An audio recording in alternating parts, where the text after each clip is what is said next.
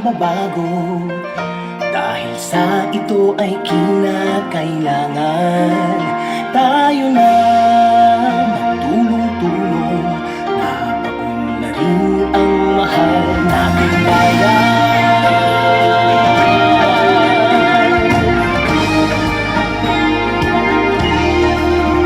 Panahon na magbabago, at iayos ang mga dapat ayusin.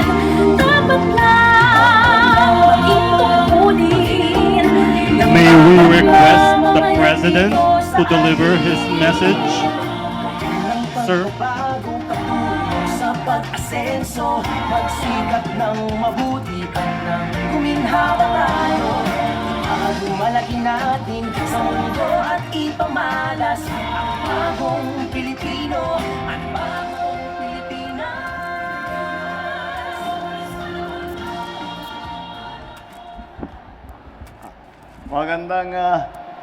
Magandang umaga pa pala.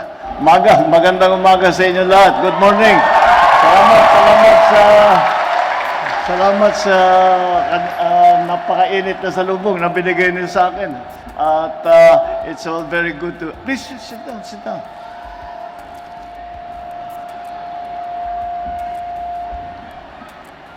At napakagandang pagkakataon to para makita natin ang ating mga presidential scholar. At ito'y nanggaling, nandito lang ako para tignan at matiyak na maganda naman ang patakbo ng at tinitignan kung successful itong ating programa. Ito yung program natin, the first part of the program is about yung sa mga ating sa LGSF na binigay natin para sa local government.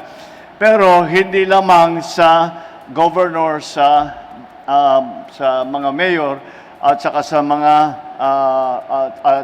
governors at saka mayors ng cities and municipalities. Kung hindi, dito, ito naman ay dinagdag pa natin para sa mga barangay. At ang ginawa natin, kaya tayo nandito, ang ginawa namin ay meron kaming, from the Office of the President, kumuha kami ng pondo at ito ay binigay natin sa mga barangay sa buong Pilipinas. 200,000 pesos for each barangay. Dito sa inyo, there are 511 barangays. At doon ang aming hinihiling sa ating mga barangay official ay kapos sa kanila, napakasimple lang ang aming gagawing program. Ang program natin ay unang-una, doon sa 200,000 na ating binibigay sa bawat barangay, ang sinabi lang namin sa mga barangay official, ang gagawin ninyo, yung sa 200,000, yung 100,000 dyan, mamili kayo sa bawat barangay, mamili kayo ng 5 magiging presidential scholar. Kaya't yan ang tawag sa inyo ngayon, presidential scholar, dahil ito ay program galing sa Office of the President. So, sa 100,000 na yun, mamimili ng 5 at yun, bawat doon sa magiging presidential scholar ay mabibigyan ng 20,000, 20,000 para sa inyong pag-aaral. At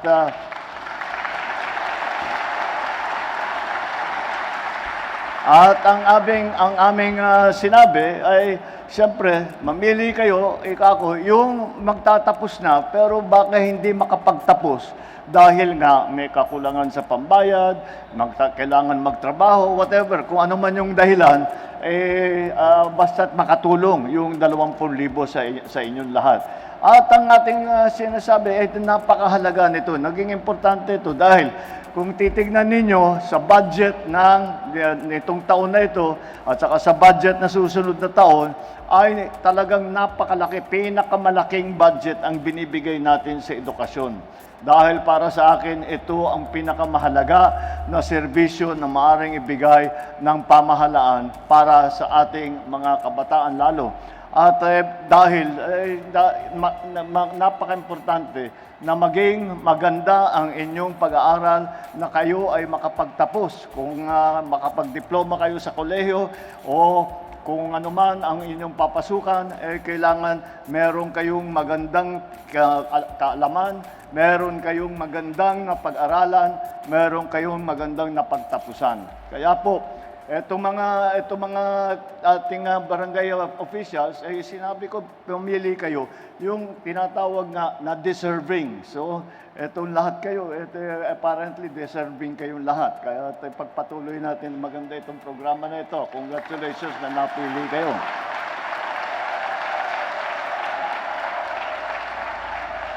Bakit natin pinaprioritize? Bakit natin pinaprioritize ang edukasyon? Bakit mahalaga ang edukasyon? Dahil unang-una, para sa komunidad, ito ay may importante para naman kayo ay meron kayong magandang napag-aralan, meron kayong magandang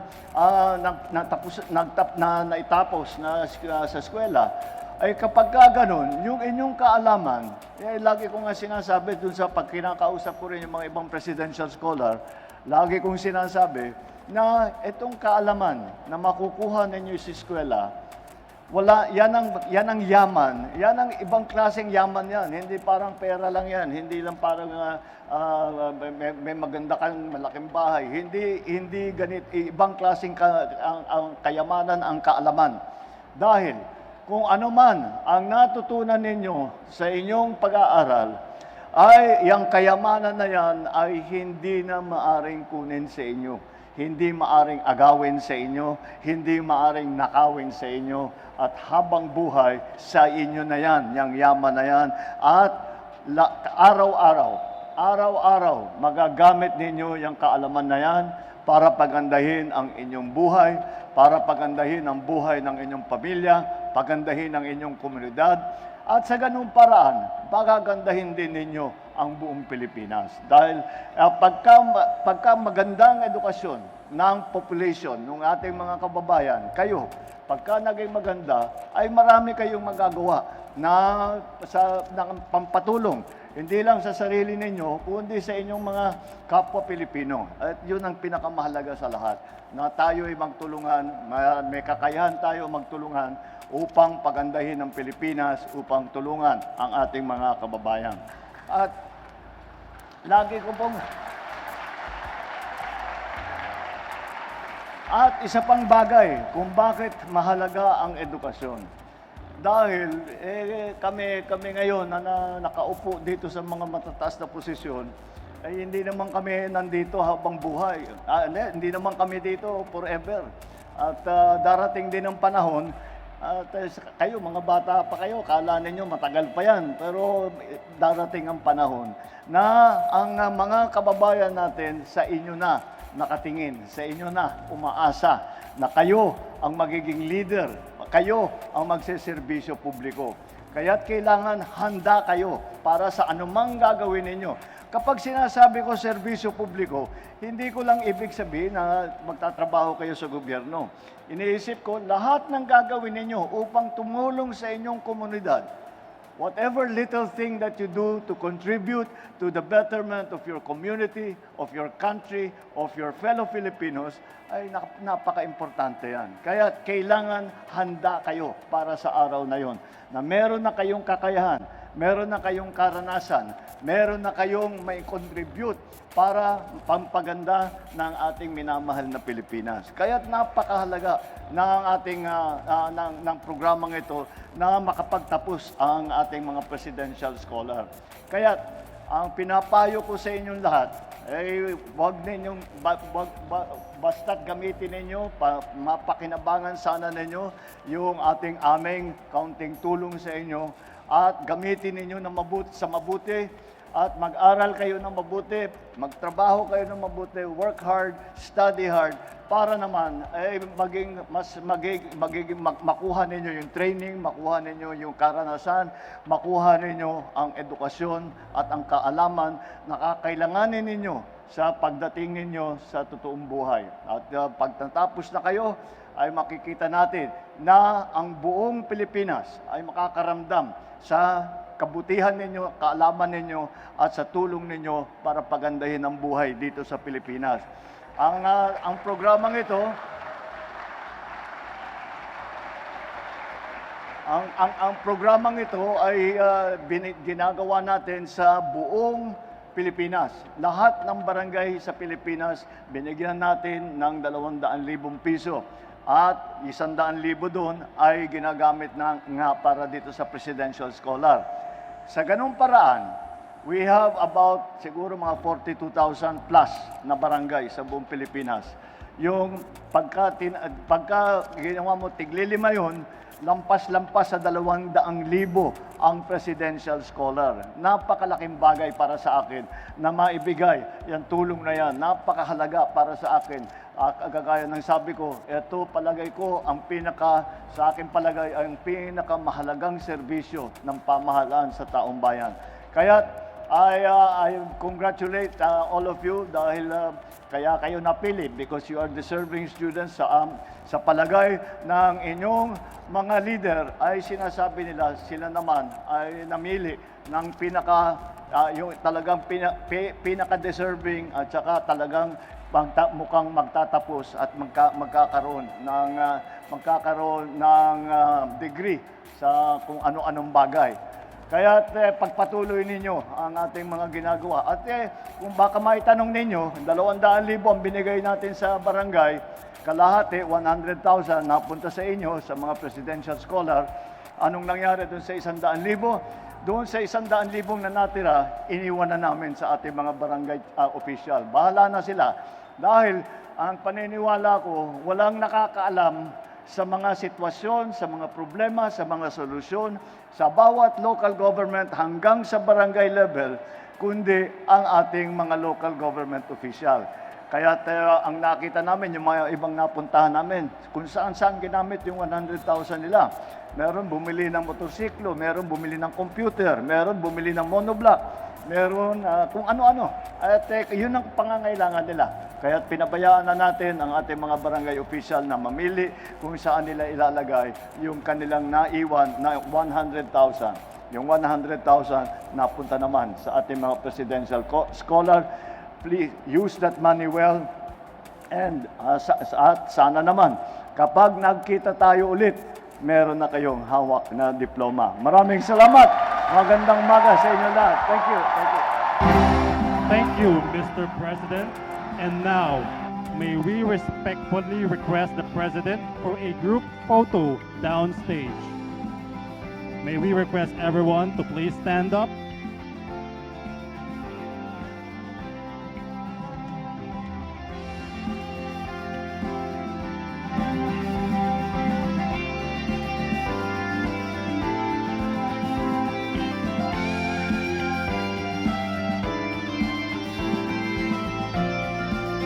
At the count of 3, Mr. President.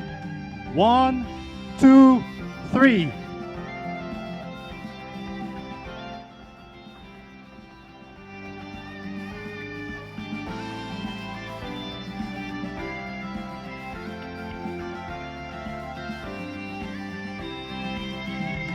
Thank you, Mr. President.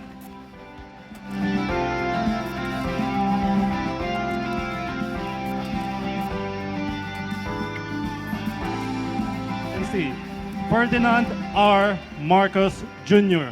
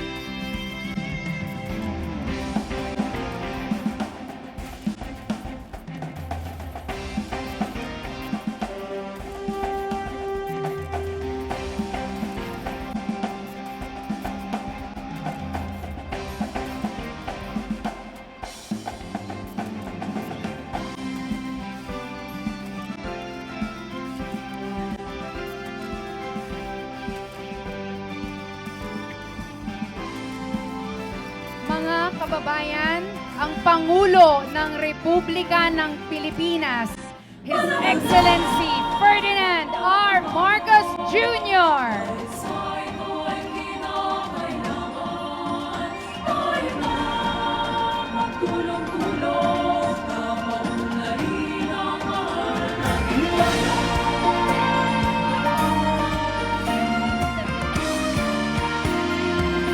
Ngayon po ay ating natutunghayan ang pamamahagi ng mga bigas sa bawat pamilya dito sa Tarlac. Dahil sa Ito ay isinasagawa bilang bahagi ng pinalawak na implementasyon ng Local Government Support Fund or LGSF sa buong bansa na naglalayong mapabilis ang paghahatid ng tulong sa bawat komunidad. Panahon na magbabago at iayos ang mga dapat ayusin. Dapat na maging tungkulin ng bawat mamamayan dito sa atin. Gawin ng pagbabago patungo sa pag-asenso, magsikap ng mabuti at nang guminhawa tayo. Itago malaki natin sa mundo at Ngayon ay ating nasasaksihan na pinapangunahan ng ating mahal na Pangulo ang pamamahagi ng tig 10 kilong bigas sa ating mga benepisyaryo.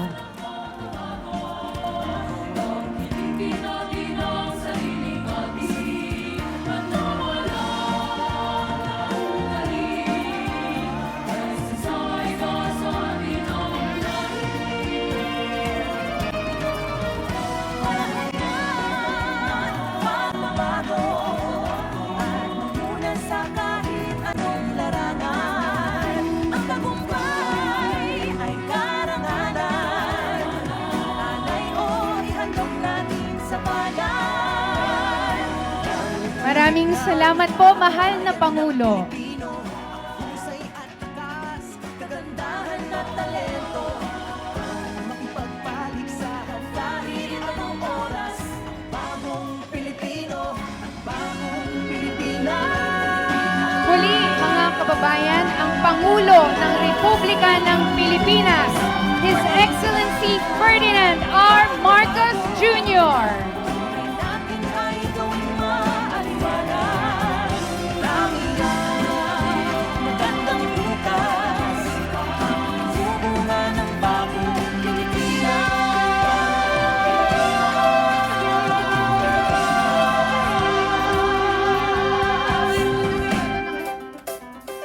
Panahon na ng pagbabago. Dahil sa ito ay kinakailangan. Tayo na magtulong-tulong na maunlarin ang mahal natin.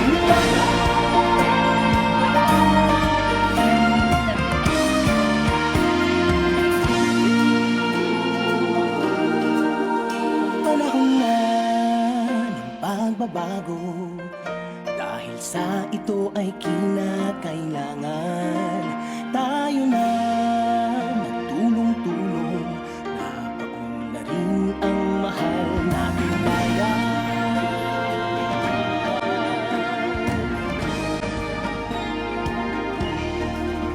Panahon na ng pagbabago at iayos ang mga dapat ayusin. Dapat na maging tungkulin ng bawat mamamayan dito sa atin. Ng Maaari na po pagbabago, tayong maupo. pag-asenso, magsikap ng mabuti at nang guminhawa tayo. Itago malaki natin sa mundo at ipamalas.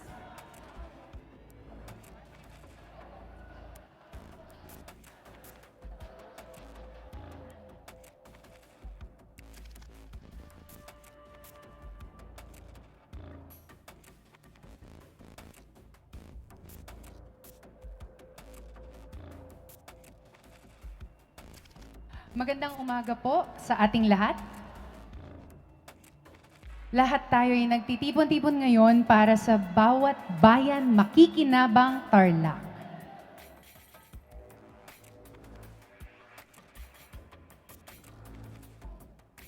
Para sa panimulang bahagi ng ating programa, inaanyayahan po natin ang punong lalawigan ng Tarlac, Governor Christian Tel A. Yap, para sa kanyang pambungad na talumpati.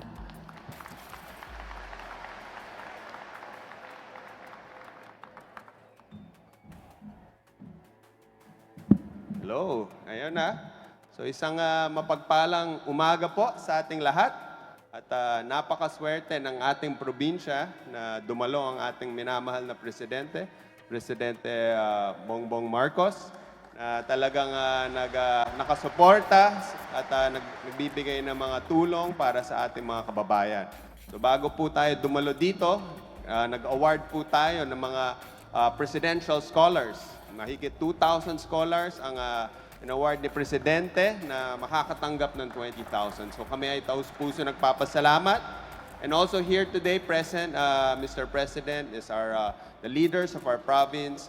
Nandito ang ating sangguniang panlalawigan sa pamumuno ng ating Vice Governor, all of our mayors, barangay officials, and all of your beneficiaries for our RISE program here today. So kami ay talagang taus-puso nagpapasalamat na nakasuporta kayo sa food security dahil itong RISE program hindi lang para sa mga benepisyaryo na tinamaan ng krisis, pero ang laking tulong po sa ating mga magsasaka na nakukuha natin ang kanilang mga produkto para maitulong sa ating mga kababayan. So napakaswerte natin. I think itong nakaraang buwan na to, ito na yung pangalawang bisita ni President dito sa ating probinsya para matingnan yung mga proyekto and talagang tinututukan niya matapos ang ating matagal ng hiling na matapos ang Balog-Balog Dam dahil it will irrigate almost half of the province and help a lot of our farmers. So taus-puso po kami nagpapasalamat sa suporta and welcome po sa province of Tarlac, President BBM. Maraming salamat, Governor Yap. At sa puntong ito, ating inaanyayahan ang ating mahal na Pangulo upang pangunahan ang paggawad ng Socio-Civic Projects Fund o SCPF, Financial Assistance, na may kabuuang halaga na 102,200,000 piso. Kung saan may tig 200,000 ang bawat barangay mula sa probinsya ng Tarlac. At upang tanggapin ang cheque, tinatawagan po natin si Governor Christian Tel Yap, ABC President Edward Christopher Suarez, na siyang kumakatawan sa 511 barangay captains, at Jackie Corpus Galang na kumakatawan sa 2,555 presidential scholars ng lalawigan ng Tarlac. Maraming salamat po, mahal na Pangulo.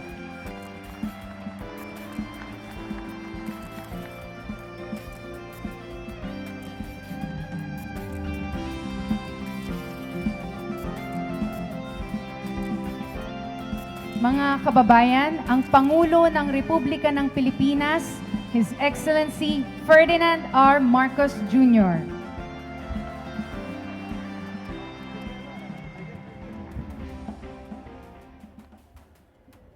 Maraming salamat. Magandang umaga po. Nabigat yung amin na po.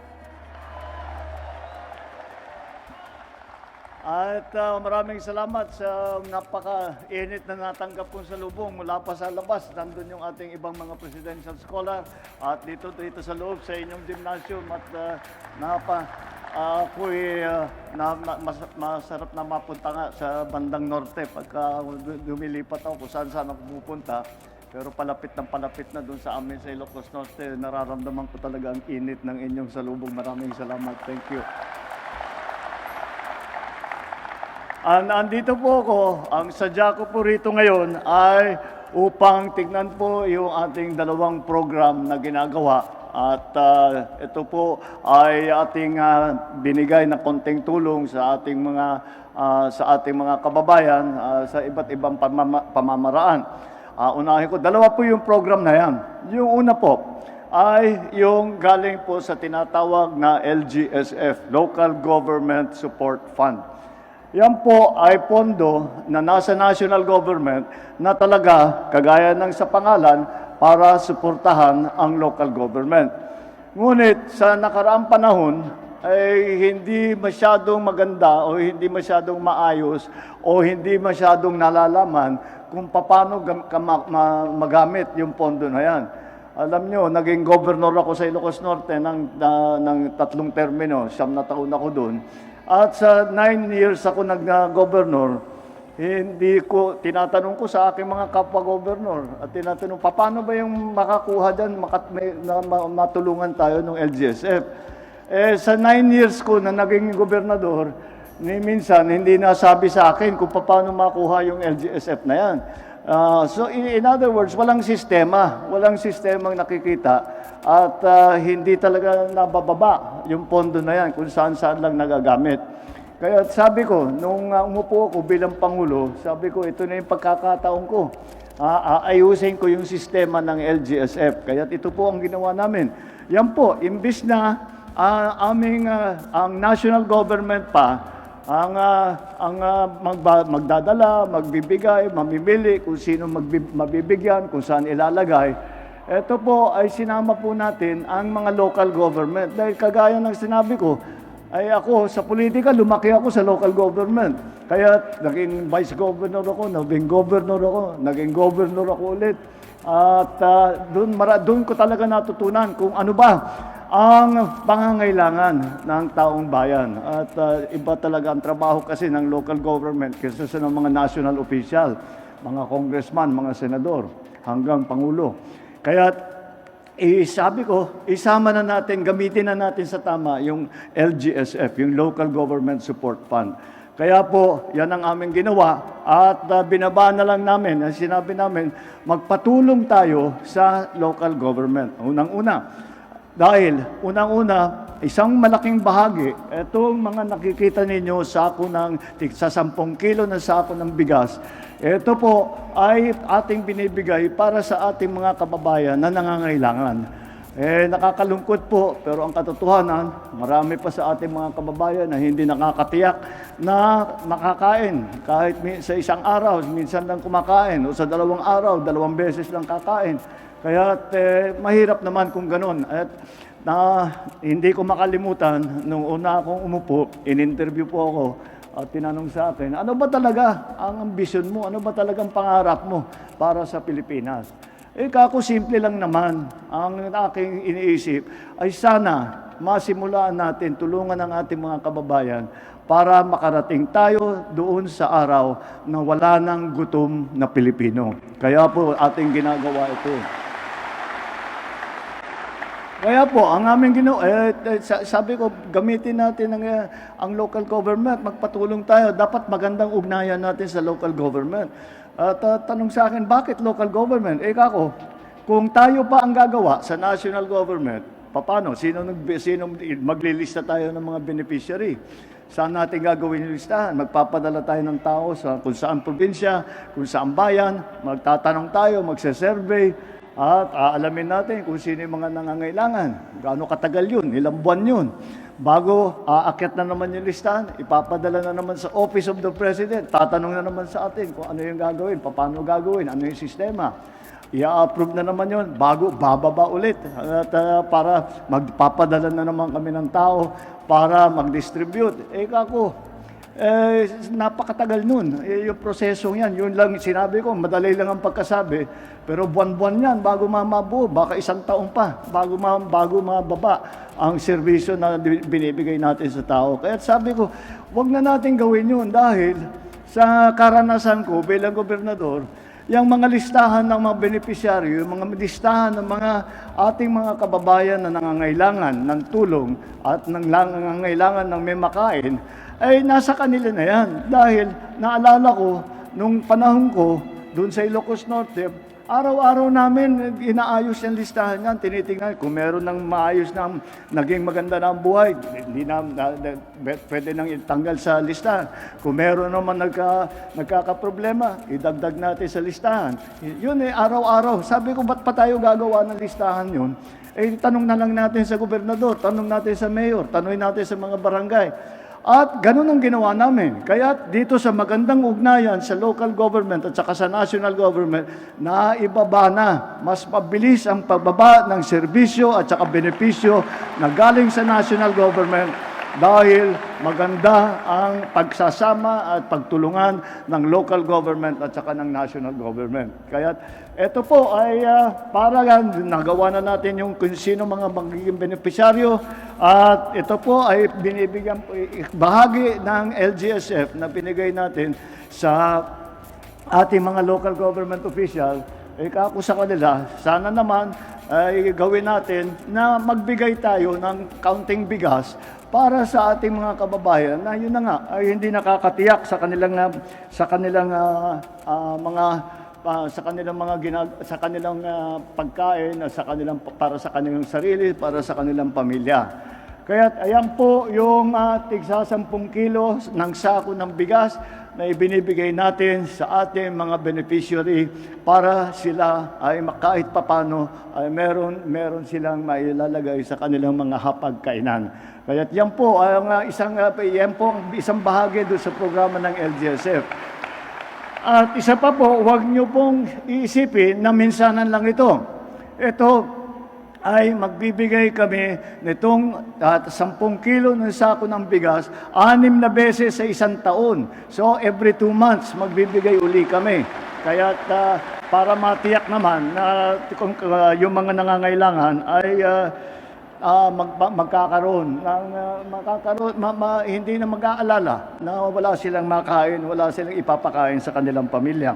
Dito sa Tarlac makakatanggap ay 3,077 na benepisyaryo dito sa lalawigan ng Tarlac. At ito po ay ginawa na natin sa buong Pilipinas.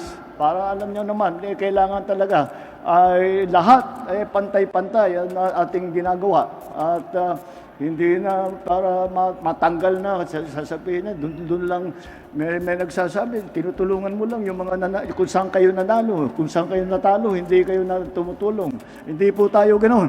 Basta Pilipino, tutulungan natin. Walang kinalaman yung ganoon. Kaya sa mga 2,000, halos 2,000 ang LGU natin sa buong bansa.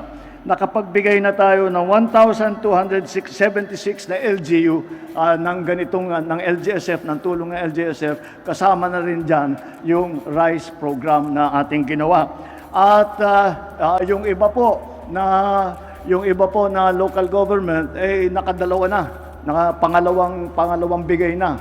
Kaya patuloy po to, asahan po ninyo. At ito po ay para naman dahil nalaman naman natin na dahil sa gera sa Middle East, yung nangyayari, tumataas ang presyo ng langis.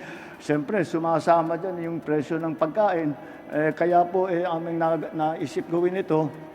Hindi lang dahil doon, dati pa, bago pa nagkagera, meron na tayong ganitong programa. Kaya yan po ang aming tulong sa inyo at sana po ito ay makakapagbigay ng kahit kaunting ginhawa po. At hindi nyo na po inaalala kung ano yung kakainin ninyo, ano yung papakain ninyo sa inyong mga pamilya. At yung sa LGSF naman, dahil hindi naman inubos dito, ay merong mga sasakyan na nakuha para sa mga disaster response, multipurpose building sa Barangay San Isidro, La Paz, Capas, at pagtayo, naglagay tayo ng FMR, ng farm to market sa Hirona. Yun kasi, yun ulit, ay sinabi namin sa local government, kayo nang bahala.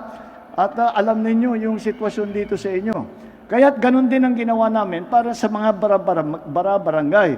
Iba naman po, yun yung pangalawang programa na pinag-uusapan ko. Yung pangalawang programa ay yung Socio-Civic Development Program Fund. Social-Civic Program Fund. Ito po, yung binibigay po naman natin ay binibigay din ng Office of the President, pinapadala sa ating lahat ng mga barangay, pinapadala po natin sila ng 200,000 piso bawat barangay. Para saan yun? Kung makita po ninyo, nung nasa labas, nakausap ko yung ating mga nagiging presidential scholar. Ano po ba yung presidential scholar? Yung presidential scholar, yung 200,000 na binigay natin sa mga barangay, sa mga bawat barangay, ang sabi lang namin, yung 100,000 doon, yung kalahati doon, 100,000, doon sa 200,000, 100,000 gamitin ninyo para makapagbigay tayo ng scholarship sa ating mga kabataan. So bawat barangay mamili sila ng 5 na magiging presidential scholar. So sa bawat barangay may 5 presidential scholar. Paghahatian yung 100,000 na bawat isa ay makakatanggap ng 20,000. Yun po yung binigay kong cheque sa inyong ABC. At yun po ang aming patulong para sa ating mga kabataan para sila ay makapagtapos. Ang payo lang namin sa ating mga barangay officials, ako, mamili kayo yung malapit na magtapos. At baka hindi makapagtapos dahil kakulangan sa pambayad, kailangan magtrabaho, kung ano man ang nagiging problema, ay itong 20,000 piso ay makakatulong sa kanila. At dahil mahalaga ito, dahil kung titingnan po ninyo, ang budget nitong administrasyon nito nung nakaraang taon at saka itong taon at saka sa susunod na taon, talagang pinaka-priority ang edukasyon. Dahil sa aking palagay, yan ang pinakamahalaga na serbisyo na may bibigay natin sa taong bayan. Kaya dahil siyempre ang kabataan, atin yan ang kinabukasan natin, kaya para maging maganda ang kinabukasan ng Pilipinas, kailangan maganda ang naging edukasyon ng ating mga kabataan. Kaya yan po ang aming inuna. Nagbigay po tayo ng 200,000 sa kada barangay at 100,000 doon sa 200,000 na yon ibibigay, magkakaroon sila ng presidential scholar, 5 na presidential scholar sa bawat barangay.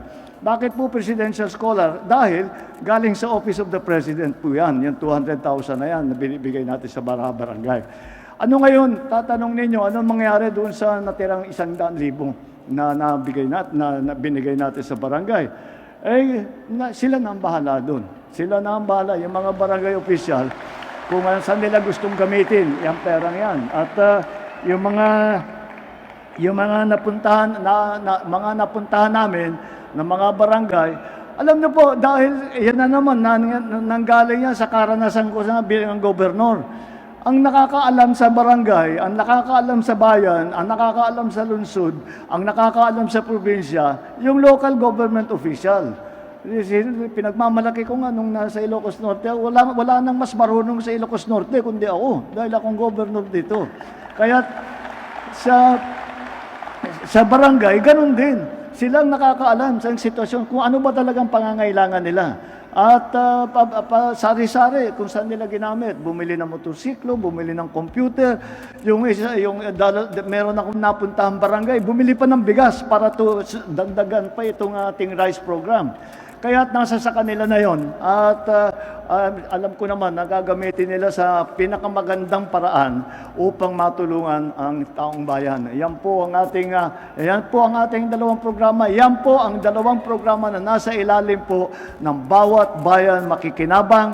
Ito po ay ang magandang tulungan ng national government at saka ng local government. Talagang ginawa nating partner, hindi lamang kami nang uutos na sinasabi, ito yung gagawin ninyo, ito yung gagawin ninyo.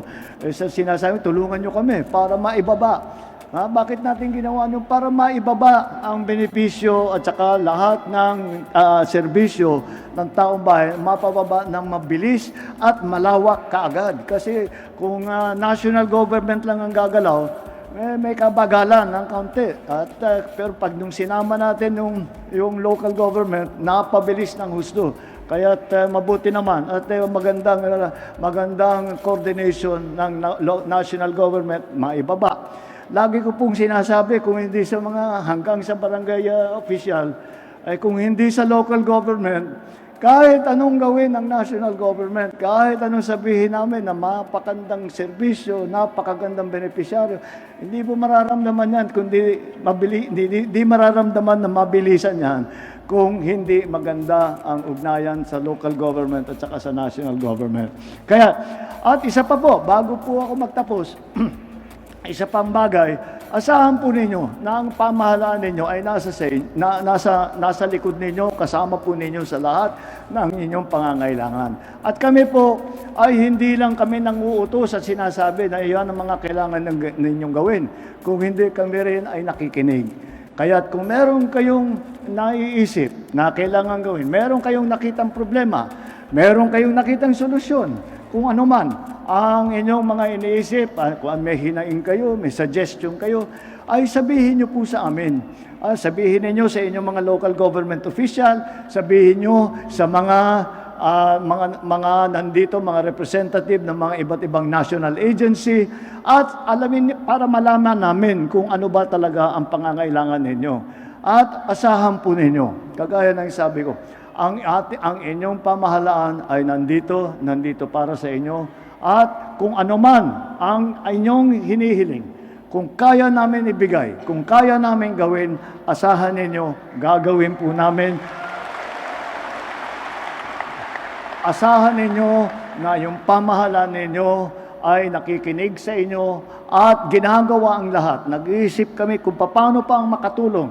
At lahat ng maaring gawin ay gagawin namin para naman matiyak na ang ating mga kababayan, lalong-lalo na yung mga nangangailangan, ay naaalagaan, naaalalayan, hindi lamang sa panahon ng sakuna, kung hindi sa araw-araw ninyong buhay. Kaya't asahan po ninyo, yan po ang inyong pamahalaan. Ito pong administrasyon na ito ay ang pinakakakampi ay ang taong bayan, hindi ang aming sarili, hindi ang aming mga pamilya, kung hindi kayo po. At ito po ay tuloy-tuloy po namin gagawin hanggang masabi po natin ay sana lumating ang araw wala nang gutom na Pilipino. Maraming salamat po. Magandang umaga po. Just take nina kada kayamin. Just thank you. Maraming salamat po, mahal na Pangulo. Ngayon po ay ating hinihiling sa ating mahal na Pangulo ang isang group photo kasamang lahat ng ating mga benepisyaryo at mga bisita sa baba ng stage. Hinihiling din po natin sa ating mga benepisyaryo at mga bisita na magsitayo at samahan ang ating mahal na Pangulo.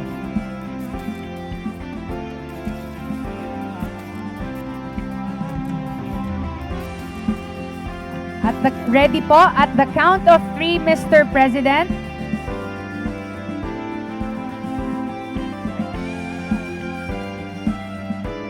One, two, three. Smile. Pwede pong kumaway.